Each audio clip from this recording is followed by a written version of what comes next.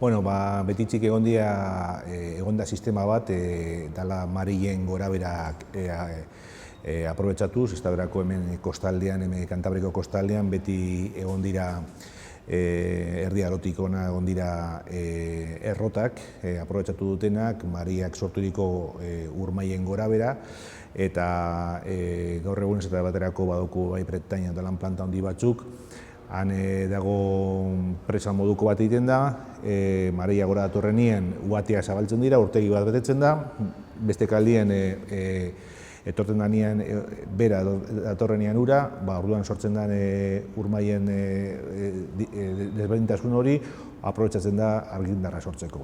Eta oin gabiz beste fase baten dela sistema hundi motriz esaten zaiona, eta dela uhinetatik atera energia eta ez Maria sorturiko desnibeletatik.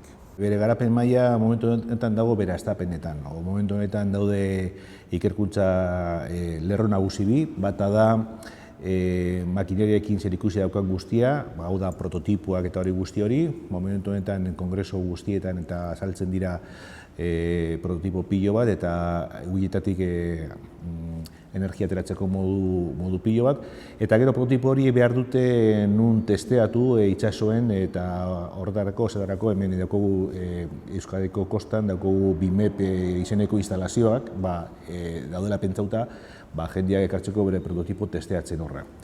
Hori izango izateke lehenengo lerro nagusia, eta bigarrena da, eta guk horretan lan egiten dugu bereziki da, baliabidea bera, hau da uhinak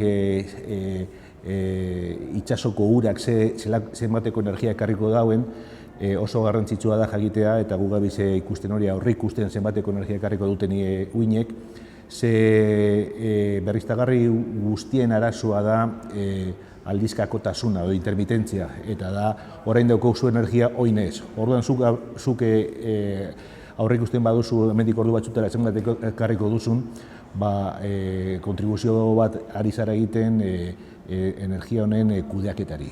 Itsas energia berriztagarria da. Orduan apur bat etorkizuna izango da, egongo da paketien esan dugu batera, beste berriztagarriekin batera. Segun datozen urteetan klima aldaketaren arazoari ekiteko zen neurri hartzen diran, berriztagarriak orokorrien bultzakada bat izango dute ala ez.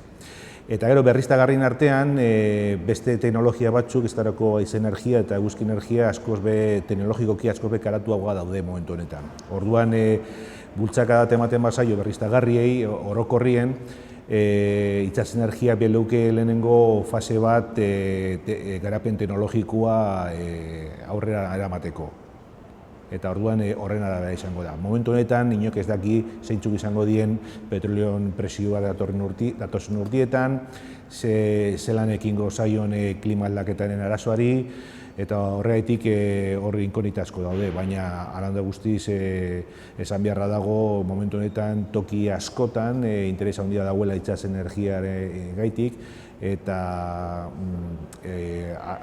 ikerkuntzan eta lan badaudela ahalegin handiak arlo honetan. Esan bezala,